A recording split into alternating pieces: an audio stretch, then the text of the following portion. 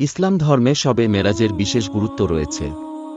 কারণ এই মেরাজের মধ্য দিয়েই সালাত বা নামাজ মুসলমানদের জন্য ফরজ করা হয় এবং এ রাতেই প্রতিদিন ৫ বার নামাজ আদায় করার বিধান নিয়ে আসেন প্রিয় নবী হযরত মুহাম্মদ সাল্লাল্লাহু আলাইহি ওয়াসাল্লাম। রাসূলুল্লাহ সাল্লাল্লাহু আলাইহি ওয়াসাল্লামের জীবনের সবচেয়ে আলোড়ন সৃষ্টিকারী ঘটনা মেরাজ।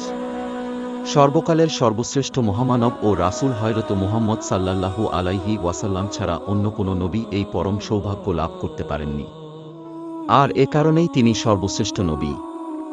রাসূলুল্লাহ সাল্লাল্লাহু আলাইহি ওয়াসাল্লাম বলেছেন, রজব হলো আল্লাহর মাস, শাবান হলো আমার নবীজির মাস, রমজান হলো আমার উম্মতের মাস।